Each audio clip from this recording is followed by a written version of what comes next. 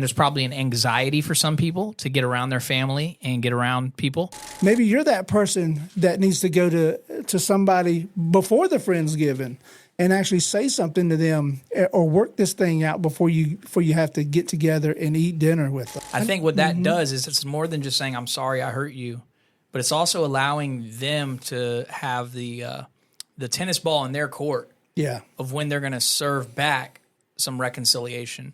Now we throw rocks into crowds and on social media, and we don't know who we hurt. I'm like, yo, I used to blow trees. Now I'm sowing seeds, and you got a problem with that? Yeah. It's crazy. Like, I'm out here preaching the gospel, like preaching to people in the hood and doing different stuff. And it was like, now you got a problem with me? I want the food to taste good at Thanksgiving because, I have peace in my heart, and I've given mercy, and I'm hoping to receive mercy.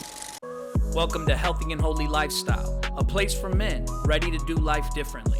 If you feel like you've been trying to figure out manhood on your own, you're not alone. Here we wrestle with real questions about faith, family, fitness, finances, and have some fun along the way. No fluff, no fake perfection, raw conversations about striving to live a healthy and holy life. Let's get it. Man, Steve, we have quite an episode today. Yeah. We're going to call it Bridging the Gap, Healing Relationships After Hurt and Debt. Actually, we don't know what we're going to call it yet. Yeah. But that's kind of what it's going to be about. We'll see what you call me, and I'll call you back into this thing. Well, here's 4 title ideas that we just kind of came up with on the fly. When money, mistakes, and expectations break us. Grace over grudges. Oh, that's fire. Oh. Rebuilding broken bonds. Wow. Yeah. I would even say broken relationships.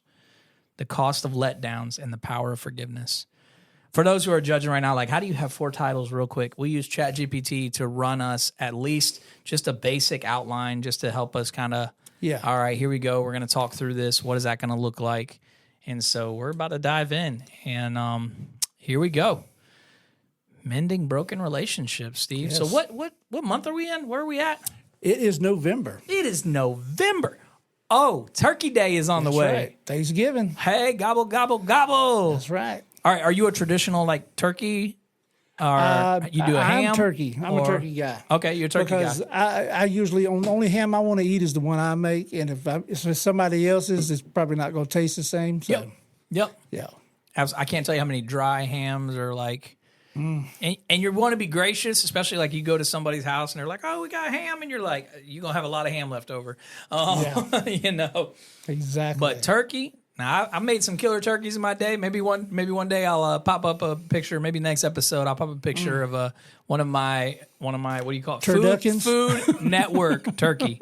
I did a bacon weave on top of it. I brined it. I did a bacon weave. That bacon weave crisped up. It looked like it had a little bacon blanket keeping it warm. Oh, man. Oh, my gosh. It was delicious. He made a bacon basket. I did. And it was so good. And what was crazy, and some people may judge me on here, but we had the vegetables kind of in the bottom of the roasting pan. And I actually poured Sprite in there. Sprite. I don't know what came over my mind. It worked. Oh, wow. I don't recommend it to anybody as far as, like, maybe some of the vegetables, kind of cooked in that Sprite a little bit, but I kept adding to it so that it wouldn't, like, melt all the way, get all the way down to the syrupy whatever. But we'll just say it turned out amazing. Wow. And I don't know what I was thinking. I don't know why I went with Sprite. I don't recommend that to anybody because it might have just been God's grace. He just let me put flavor on this since you're cooking it for other people. But I just went crazy, and I did that. Hey, that's all right. We're praying for you. It is what it is. But I had Sprite in the pan. I don't know. That's a white thing to do. Oops. Was it the right thing to do, or was it the white thing to do? Maybe a little both. And I never do stuff like that. Yeah. It was just like random. I don't know. But anyways, so kind of one of the things that happens with Thanksgiving, you and I both know, kind of dropping in the beginning, grace over grudges. Yeah. A lot of times, family can have there's past pain, past hurts, letdowns, things that happened, many years ago, things that maybe happened recently, and there's probably an anxiety for some people to get around their family and get around people, and we can say sometimes those relationships get messy because of money, unmet expectations, or disappointment. Maybe someone owes us, or we owe someone else, or someone's let us down, or we've let someone else down. And we know we have to sit across from them. And we know we got to sit across from them. At a Friendsgiving or a Thanksgiving. Or a Thanksgiving. And you've been to a Friendsgiving, I see. I was going to say, like, that can be awkward too. But either way, it left a crack in the connection.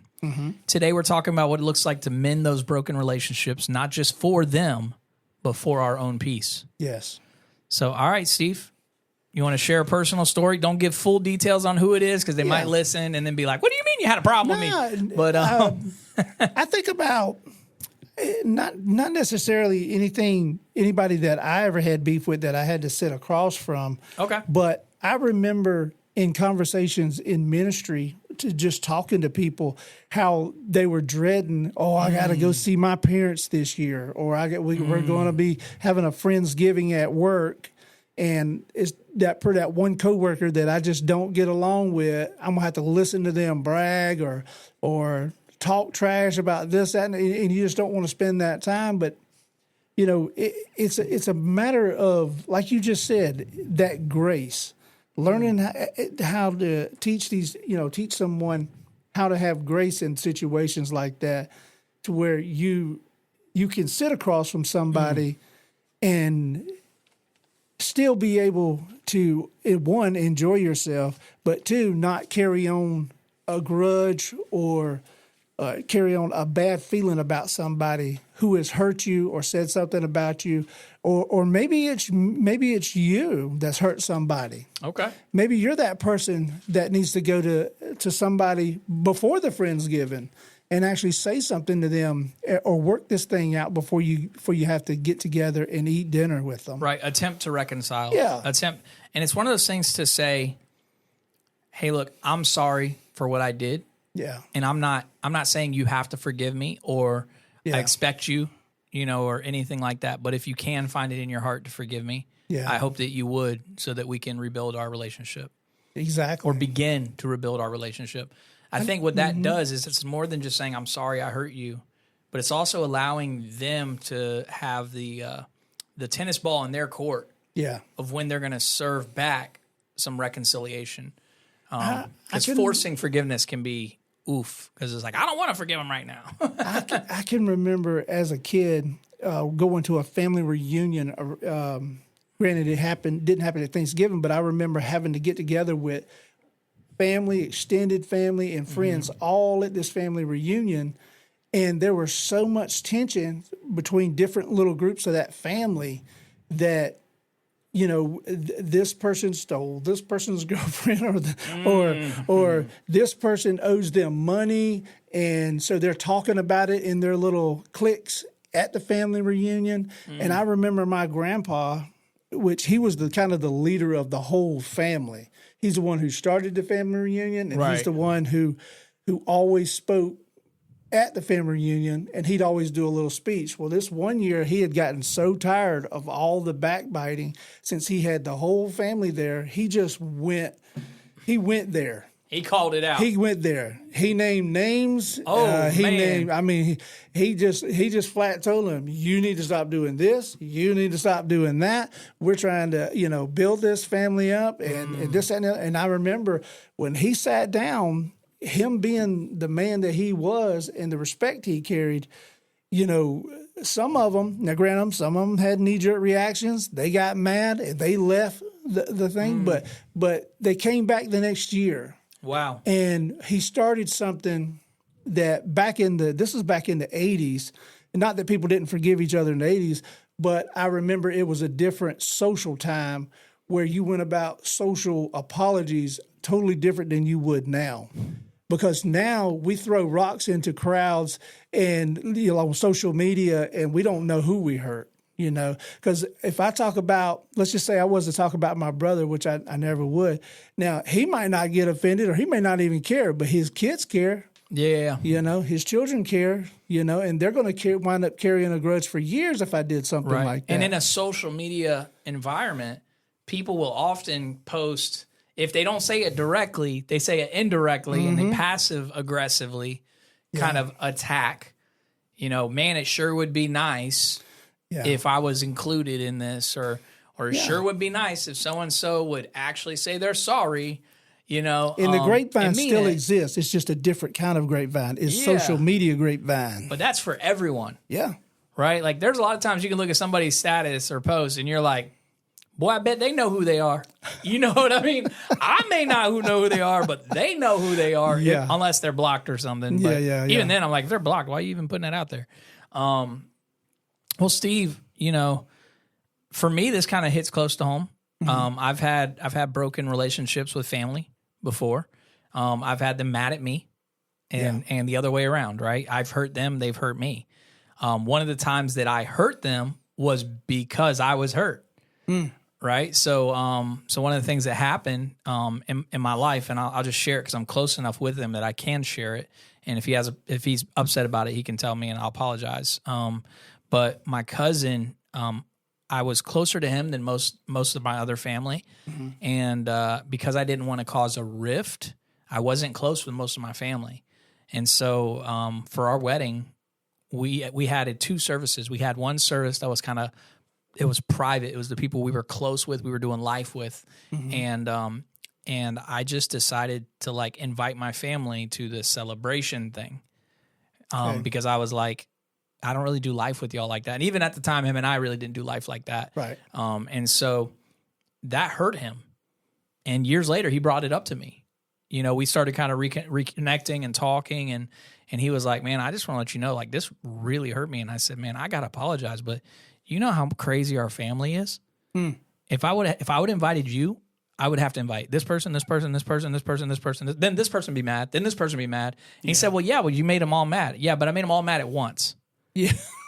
And it sounds crazy, but it was like... But it's understandable. But I was very clear, though, where I said, these are the people that are journeying with us. Yeah. Now, if you want to be included in that type of invitation, be a part of our life. Yeah. That's all I was asking for. I wasn't like, you're not welcome here, period. But it was like, y'all haven't done life with me for years. Yeah. I've been battling so much stuff, walking through things, and I don't even know your number anymore. Most of my family. And so there was a hurt. There was some stuff that happened there. But it also took, when I realized like, hey, we're going to rebuild these relationships, it took me falling on my sword. Yeah. And saying, you know what's crazy is the people who were doing life with us, they're not doing life with us now. Yeah. And guess who's still there? Most of my family. Even though we have disagreements, we, may not see eye to eye on everything. I've been deleted and re-added and and rebuilt relationships. But the one thing that's remained constant is that family.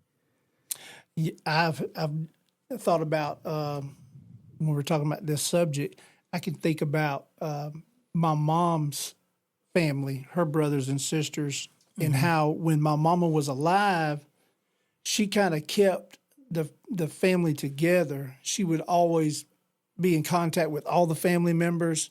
Everybody knew what was going on in each other's lives, and we were all not always getting together, but we were getting together throughout the year for different occasions. And I remember Mama being just the center. And so we'd have such a great time. And when Mama died, the family they just loved Mama so much. And I was, the one that Mama chose to deal with all of the funeral arrangements when she died, because she was sick, but she kept the family together as long as she could. But when she died, we only had so much money, and they wanted to handle her funeral one way.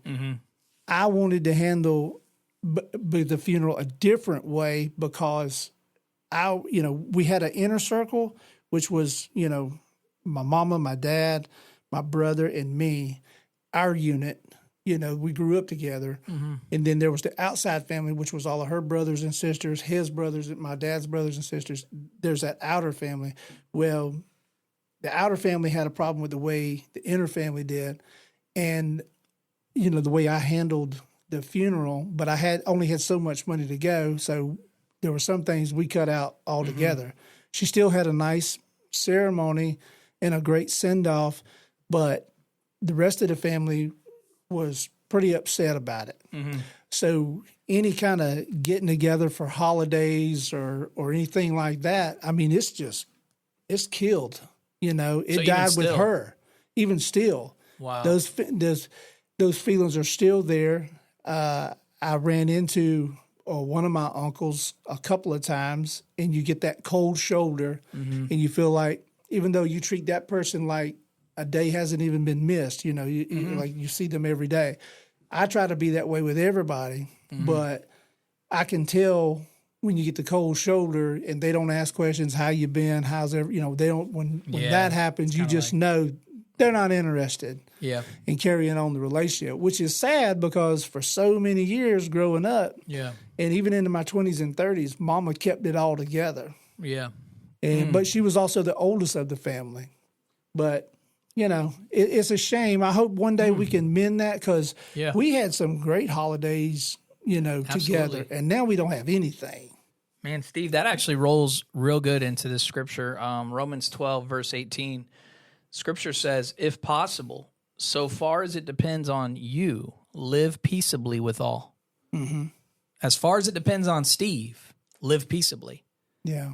If they don't want peace, you've got to guard yours. That's right. Right? It's one of those things like you want peace, but if they don't want peace, the peace that you're probably going to have is there has to be a boundary.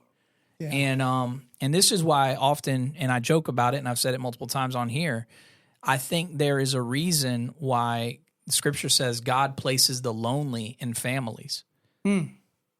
I don't think that. I don't think it means, and I know that some people would say, "Oh, he places them in another family, like we become the family of Christ," and you know all those things. But I believe God places the lonely, those who are broken and separated from their family, in new families. Oh, and so sometimes there are friends that become like family. Yeah, and that's why we jokingly call it framily. And we even say, "What's up, framily?" Like when we talk to people that are close to us like that.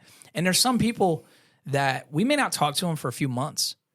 The moment we get together, it's like we never left. No time has passed. No time has passed. Yeah. You know, my best friend, who I struggled to call him my best friend because I haven't been a best friend to him. But one of my best friends, like we didn't talk for several months. He had his face down. He was grinding. I went back home this past week to move those car parts and do those different things. And I was like, "Hey man, what are you doing?" He's like, "You know, blah, blah, blah, blah, just, you know, working." And I said, "Well, look, man, I haven't told hardly anybody. I'm in town." "Dude, you got to roll through. I cancel appointment." You know what I mean? Like, we hadn't talked in months. But then just to like connect, just to like hang out and, you know, got a hug and like, "Man, it's so good to see you. What you been working on?" He's sharing all these things and these projects that he's doing. And no, like, time has been lost, but love has not been lost. And so we have these family members that we wish love hasn't been lost. But unfortunately, we're facing both. And so I would say there are probably people listening who are like, "I want my family. I want these people around me." And I will say this, God places the lonely in families, but the lonely has to place themselves in God's trust so that he can place them in those families. God may have other people that are supposed to pour into your life and be available. I've had Thanksgivings away from my family because of crazy stuff before.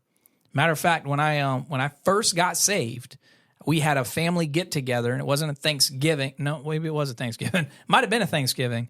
We had a family get together at my grandma's house. Many years I sat at the same table as the kind of the adults and like whatever. And I know we had our family kind of expanded. Some different people were there and whatnot. But I got saved, and because I was a Pentecostal, a charismatic, I got placed at a kiddie table by myself. What was crazy is when I was doing nefarious, illegal activities, I had a seat at the table. Oh, wow. But when I came in saved and spirit-filled, your seating arrangement changed. My seating arrangement changed. So that caused a little bit of a hurt. But there was also like, well, this ain't nothing compared to what people are suffering for the gospel for. So this is how it's going to be. This is how it's going to be. Yeah. And they always wanted to debate me. I'm like, "Yo, I used to blow trees. Now I'm sowing seeds, and you got a problem with that?" It's crazy. Like, I'm out here preaching the gospel, like preaching to people in the hood and doing different stuff. And it was like, now you got a problem with me? Like, what? Yeah. And I think sometimes our life also is a conviction. Yeah. right? Like there's a certain light that shines in on the darkness, things and the dark activities. No. And it reminds them of, and they're worried you're going to say, so how's that drug charge happening? Yeah. Oh my gosh. Right. Right. They're like, oh, please don't ask about that. Please don't ask about the felony. Please don't ask about the felony. How are those 34 felonies? I'm just kidding. How have you been getting back and forth to work since the DUI? Oh my goodness. I know my brother-in-law told me not to say just kidding, but I am just kidding. So I apologize. Just kidding. Just kidding. I don't apologize. For those who don't know, I will take Conrad down rabbit trails that he doesn't want to go. He goes kicking and screaming, but he goes. Nah, we're having fun. Even in Matthew chapter 5, verses 23 through 24, if you are offering your gift at the altar and there remember that your brother has something against you, leave your gift there. First be reconciled to your brother. Yes. And once again, reconciliation takes two. It does. But there is a peace that comes with you doing your side, doing your part. Yeah. But since we're moving into Thanksgiving, I do want to encourage people who you may not have Thanksgiving with your family. Please try to find a family that you've connected with. Yeah. That you could be included with. And I know this may sound like a crazy thing because it sounds like a hard ask, but you know the people that you've built enough relationship with that's not that hard of an ask. And it's not too much to ask you to be the humble person and make things better in the family or make a situation better if you can. Even if you just be the humble party that apologizes, even though you didn't do anything wrong, be that person that's just like, you know what, I'm going to accept responsibility for the fact that I haven't taken an opportunity before now to reconcile and apologize, that I've let something so trivial, or even if it's a big matter, let this matter become even bigger and something that we harp on every year. I want the food to taste good at Thanksgiving because, I have peace in my heart and I've given mercy and I'm hoping to receive mercy. Yeah. That reminds me of the Lord's Prayer. Forgive us our trespasses as we forgive those who trespass against us. Put it to use. What a great time to put that to use. What a great time to make it applicable and not just a prayer. That's right. And then Colossians chapter 3, verse 13 says, bear with one another, and if one has a complaint against another, forgive each other as the Lord has forgiven you. Yeah. So you also must forgive. Yeah. So it's reflecting on if the Lord has forgiven the inexcusable in me, I can forgive the inexcusable in others. Yeah. And most of us, if we're being honest, most of our rifts and our situations, they're not inexcusable. Even if it's money related, it's, I won't go too personal on here because they might start listening, but I've been done dirty by family members before, by close family members. I've had people that made promises and didn't fulfill their promises. I can hold that against them forever, or I can say, Lord, you know the situation. You know what the outcome should be, or it isn't, or whatever. And so, Father, help me to not be bitter. Help me to realize if they weren't going to give it to me, it wasn't mine in the first place. And I even had people that made promises to me about stuff. Even after that, it kind of taught me. I had people like, oh, I promise I'm going to do this. And I was just like, it'll be cool if they do, but I'm okay if they don't. Right. And so for the person listening, it'll be cool if reconciliation happens. Right. But it's going to be okay if it doesn't. As far as be to you, or I didn't say it right, but as far as it depends on you, live peaceably with all. That Romans 12:18. But after that, sometimes you just got to keep it rolling, keep it going. So I would encourage our listeners to take ownership without excuses. If you've made the mistake, you take ownership without excuses. Seek understanding, not just justice, right? So don't just try to prove yourself right, or don't just try to prove them wrong, or whatever. Or remember when you did this? That's not the thing. The Bible tells us it is better to be wronged than to carry a grudge against somebody. Yeah, and leave room for God's wrath. Like, exactly. Lord, you know who was done dirty in this situation. Yeah. So, Lord, I'll let you fight that battle, convict their heart. Maybe one day they'll come to you, maybe one day they won't. Yeah. But you can lay it at the Lord's feet and say, God, you're my vindicator. That's right. Then extend grace. This is 3. Extend grace even when repayment or closure never comes. Right. I used to say it like this: let your spirit of acceptance outlast their spirit of rejection. May you have open arms, open doors, and an open bridge. So should they decide to come across, walk through the door, they're being greeted with open arms. Yeah. Open arms, open door, open bridge. The bridge is here. You can cross anytime. Yeah. And you're always welcome. And I'm going to love you. And if it's just something we can't bring up and we don't bring up, then guess what? I'll separate as far as the east is from the west, because that's what the Lord's done for me. You know, I when I first moved here, one of the things that kind of got this whole ministry kicked off between me and you was my feud with my neighbor in the new neighborhood. And I mean, it took it. I mean, me and I mean, we went at it, but you know, Lord, thank you for this house. if it wasn't for a friend that told me that I was wrong, that I needed to be the one to go and apologize, even though my neighbor is the one who was the offender, you know, but I was the one carrying the burden. And once I realized that, I knew I needed to set that down, because I couldn't move into this new neighborhood and have aught or a problem with my neighbor. So I went and apologized, and something miraculous happened. He almost beat me to the apology when he opened the door. Wow. He was apologizing even more than I did, and it became a competition on who could apologize more and be more humble, because, one, I didn't want him to win and be more humble than me, so I just kept owned until I finally got him to shut the door on me. So was that one of those awkward conversations? I'm sorry. No, I'm sorry. No, I'm sorrier. You know, so I'm sorriest. So well, I'm sorry that you're so sorry. I finally had to go to details. I was like, well, I'm sorry for this and this and this. And then he would say, well, I'm sorry for this and this. And it just kept on until, you know, finally both of us were in the grave and we were very humble. I'm sorriest times infinity. It's like finally like, fine. Well, I double dog dare you to. Yeah, right. Which is huge, Steve. Like having people in our life that can call out that blind spot. Yeah. And this may be one of those things where you need a trusted friend. Yes. That you can say, you know, hey, I need to share this part. I'm not going to say their name. Don't use people's names. When you use people's names, what you're trying to do is set people against them. Yeah, Carl. So just kidding. So don't use their... Man, I got to pray for my co-host. Like when you use people's names, like people used to do this in the church, right? Yeah. Pray for sister so-and-so. You know why she said her name. Yeah. She said her name, so everybody in the world would know exactly what the situation was and then be able to go, yep, that's her. So, and I understand that there are also people that do that with a decent heart, but there's also, there's a lack of tact because there's a lack of, there's ignorance. So there's a lack of knowledge of how to handle situations with tact.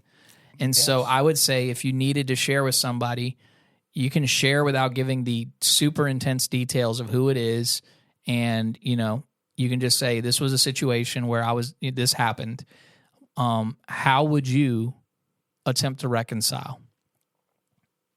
And literally put it in their hands. And it has to be somebody you trust with wisdom, not somebody who flies off the handle and gets all, because I can be like that. I have friends that call me and tell me like they're being done dirty in ministry or whatever.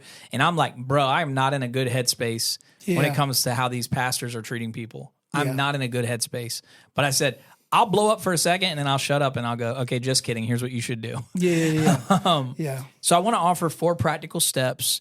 And so here you go. Number 1, reflect honestly. What part did you play in the breakdown? And if you didn't play a part, what part did you play in there being a separation and no opportunity for reconciliation? Reach out humbly. A message that says, hey, I've been thinking about how we left things. I'm sorry for my part in it. I'd love to reconnect. No pressure. Once again, what you're doing is you're kind of leaving this open-ended kind of, it's like a tennis match. I push the ball over under your court. Yeah. And it's up to you whether you're going to hit it and go, I don't even want to play this game. At least you've done something. Yeah. Right. And I would personally say text message is probably like more argent, like younger generation. I would say probably if it's older generation, family type stuff, it's going to be a phone call or a face-to-face. And it's saying, hey, I've been thinking about how we left things. I'm sorry for what I may have done to hurt you. Is there a way we can reconnect? You know, maybe get coffee, maybe get dinner, maybe that's too much. Maybe it's just talking right now or in a week, you know? Let's talk about real hurt. Let's talk about not just what if there's a situation where you've been invited to Thanksgiving dinner or Friendsgiving, and someone is going to be there like that has seriously hurt you. So like violated SA or PA, like physical, something really bad. Because I mean, we talk about real stuff here on this show. Yeah.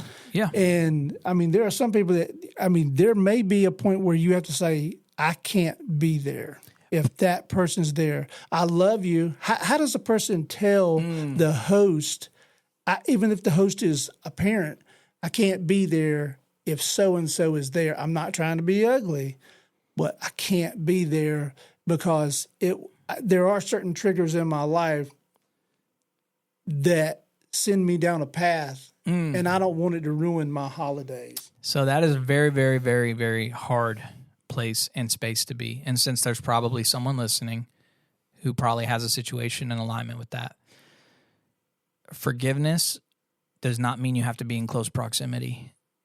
There are people that are a danger to us and a danger to themselves by being around us, and might be in danger because of us, because of our past experience. I made this mistake one time. I'll make this personal. I made the mistake one time of attending something with someone who had abused me, and that person then kind of brought up their abuse in a joking manner. And I did not respond well. Matter of fact, I threatened the person. Yeah. And it broke my heart afterwards because I said, this was my time that I could have been like Jesus. And instead I was like Peter and I pulled a sword. Yeah. And I was broken because I was also I've been a pastor for a few years at this point. And it didn't matter that I was in the Word that morning. It didn't matter that I'd been in prayer that morning. It didn't matter that I'd prayed for somebody that day or whatever. You're still wearing this stuff. I stepped straight in the flesh and went back to being that little kid who was scared in a corner. The only difference is, God bless you, brother. The only difference is I also knew that I was no longer that kid scared in the corner. Yeah. I was now a man that could handle something if I had to. And so for somebody who is walking into those type of situations, I don't know how many people know about the situation. I don't know if it's worth people knowing the situation. I think it's probably better do what you can to live at peace. I think it's better to not out that person if it's going to cause a great uproar or issue that you really don't want to walk through. So like, let's say, for example, you're telling your aunt that your uncle did something. She may defend that uncle, her husband, till the cows come home. Like, she may all day and night defend him, which will then crush you further. So you may just say, hey, I'm so sorry. I'm not going to be able to make this one. And if you're the host, you need to understand that and be understanding, even if you don't agree with something. Yeah.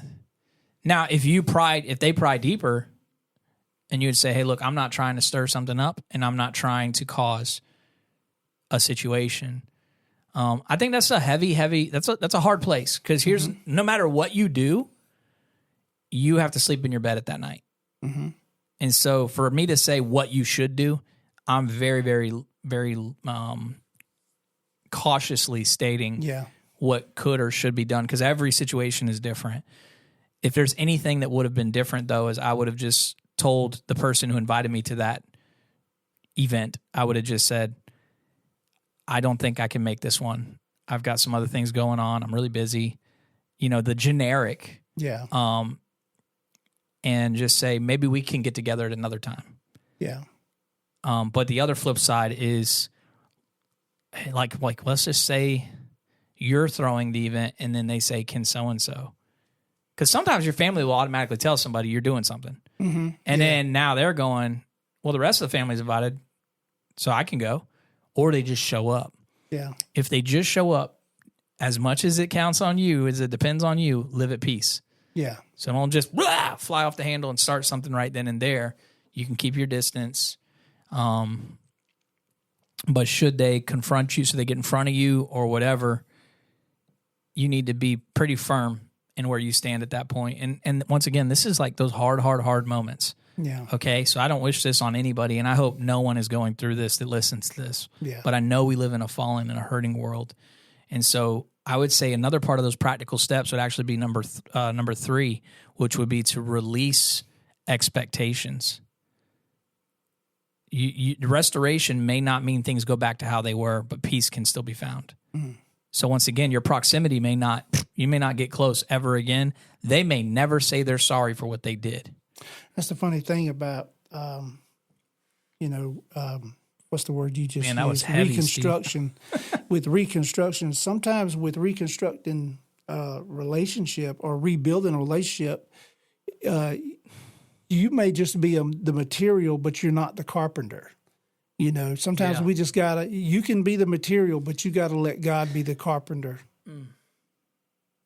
Man, you hit me with, that was heavy. Yeah. Because honestly, in a situation like that, it's so hard to even feel like I'm offering advice because I'm terrified that if somebody were to try to reconcile and then it goes wrong. Now, I didn't bring that up because of your situation. No. But I just know here heavy. Recently I've heard people talking about this situation, how they don't want to get together with family because of past situations, of not even being believed that anything happened. Right, things getting swept under the rug. Because that's even worse. Was correct. when all of a sudden your feelings and your hurt has been discounted to nothing because they trust this person more than they believe you, and it causes a pattern and it causes new hurts. Unfortunately, I mean, I would say, whoever is facing that, number one, talk to God.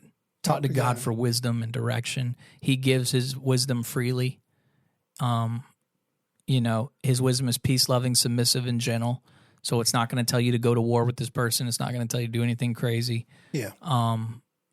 But there's also the case where people are just as threatening as they were back then, just as scary.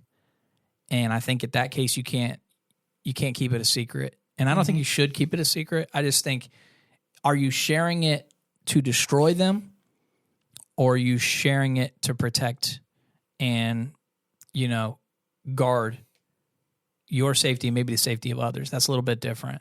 And it's okay to say no to being somewhere like that and putting yourself in those situations. Like you said, you can forgive them, but you don't have to be in the proximity of them. And the other side is you may have to be a hero for somebody else. There might be a younger person in the family now. That's true. And you need to be there just to be present with that one so they don't end up in a room alone. And I know that that's heavy and that hurts and that sucks. But I will gladly take the awkwardness of having to stand in front of the person who's abusive in any type of way to protect another innocent person from walking through what I walk through. Exactly. That was heavy, Steve. And then number 4, if there is, a possibility of restoration or reconciliation, we rebuild slowly. Trust takes time. Consistency rebuilds bridges. There may be relationships that can't be rebuilt. Not the way they once were, not the way they could have ever been. And unfortunately, living in a fallen world, that's just part of the reality. Sure. There are some people that we cannot reconcile with unless the Lord does some crazy work in their heart. Mm-hmm. And I will say, like, I was wicked in my younger days, in my younger life, and the best that I could, I tried to say sorry to the people that I'd hurt. Yeah. But I guarantee you, there's someone that was missed along the line. And I would hope that my life now reflects someone who is transparent enough to say, I've screwed up big time and I'm not pretending to be some big shot, holier than thou guy. I'm a dude that is covered by grace and needs a bucket of grace every day poured over me because I'm a wretch. I'm filthy Amen. and disgusting apart from Christ. And even with Christ, I feel disgusting and unworthy because the closer I get to Christ, the more I realize the darkness and the wickedness of my own sinful nature. And, Steve. Let's lighten it up for just a few minutes before we close. Yeah. We're talking about in a past podcast about building up this this emergency fund. Just to switch to note to a lighter side to kind of tie into the last podcast. Let's just say this year you're saving and you're really wanting to get out of debt. Is there a way to explain to family members this year I'm not going to be spending money on gifts? I'm getting out of debt so that I can bless you, hopefully be a blessing to you guys even more so in the future. Man, I'm absolutely passionate about this. Yeah. If your family knows that you're in a financial situation that is struggling and they're expecting gifts from you, that is manipulative. And that is not healthy. That's not good. And you should probably call them on their junk. Yeah. Now, I know that we were talking about reconciliation, rebuilding, and all those things, but if someone is not going to want to see you more free and they'd rather you give to the point where you can't, like, there's a real problem there. Yeah.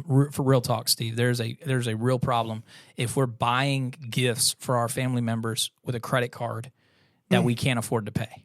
Right. That's one thing. If you That's going to take a year to pay off. Yeah, it's going to take a year to pay off or whatever. And my wife and I have already had this discussion. Like, we buy Zane stuff.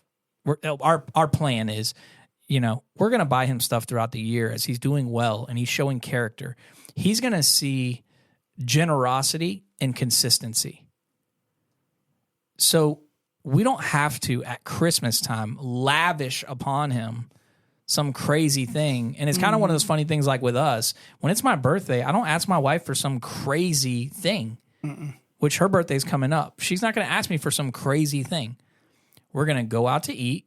I'll probably do something a little special for her that, that I'm thinking through and wanting to plan and put together, and something that will matter to her, that will be valuable to her emotionally.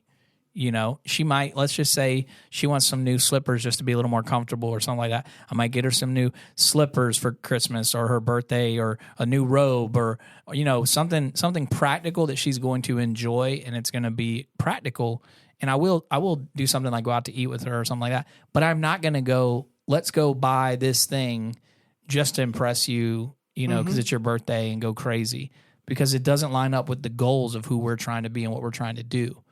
And the same is true with me. I don't expect all that.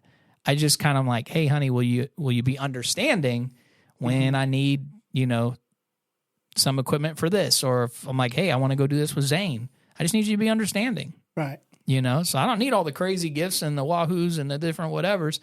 But when the time comes, I might be like, hey, Zane needs a sandbox, and I need to go buy a bunch of sand and a box, build a box and do all this.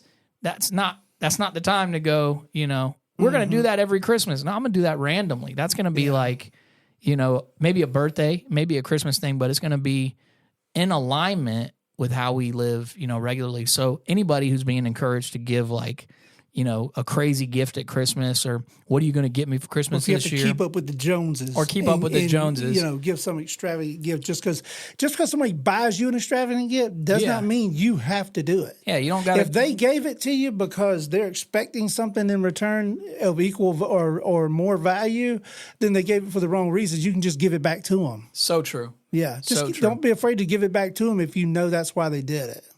Don't accept a gift like that. It's a Trojan horse. I know people who give used gifts but expect new gifts, and And Wow. and Okay. and it's one of those things where it's like, why would you expect what you're not willing to do? But then the other side of it is, I the only people I'm going to buy new gifts for is going to be my immediate household and maybe like my niece and nephew or my sister or something like that. And even then, it'll probably be a family activity. Yeah. So like when we buy stuff for like my wife's sister's family or whatever, just different people, we try to buy them a family thing. Mm-hmm. Y'all go enjoy and make this memory together. Yeah. Here's a pass to so-and-so. Yeah, it's a little bit, whatever, but it's less tied to the dollar value. It's more tied to the memory making. Yeah. So that's kind of how we operate. So it might be like a board game or something like that. Go have fun and make memories. We play this game and we love this game. We think you'll love this game too. But don't buy them Monopoly because it'll end up in a fight. It will end up in a fight if it's Monopoly. Every single time. 100%. Well, we definitely got heavy in this episode and we try to lighten it up towards the end. I want to wrap up with this encouragement. Sometimes the hardest part isn't forgiving others. It's forgiving ourselves for how we handled things. But God's grace covers it all. Healing doesn't erase the past. It just gives it purpose. Now, I'll say this. Scripture doesn't really talk about forgiving ourselves as much as I would say, this was a quote, but I would just say, I think what we need to do is really receive his forgiveness for ourselves. I can't forgive my sins. He forgives my sins. So forgiving myself, there's no power really in that. It's accepting that his forgiveness is enough for where I've fallen short. So God, forgive me for where I've fallen short. I don't have to forgive myself. I just receive his forgiveness. And that's, in a way, how you forgive yourself is knowing that you're forgiven. And for the people, who are listening, who's the one person you need to reach out to this week? Who's someone that comes to mind or to your heart that you're like, I believe there can be reconciliation, and maybe there needs to be some reconciliation. And I would also encourage you to journal or spend some time in prayer before taking that first step.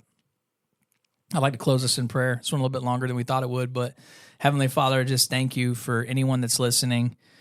Man, I felt so choked up, but I hope that the words that we both shared offer some form of encouragement or wisdom or just some type of direction for people facing incredibly hard situations.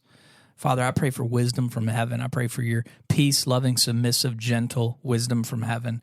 I pray, Lord, that you would help them to live at peace with others as much as they can.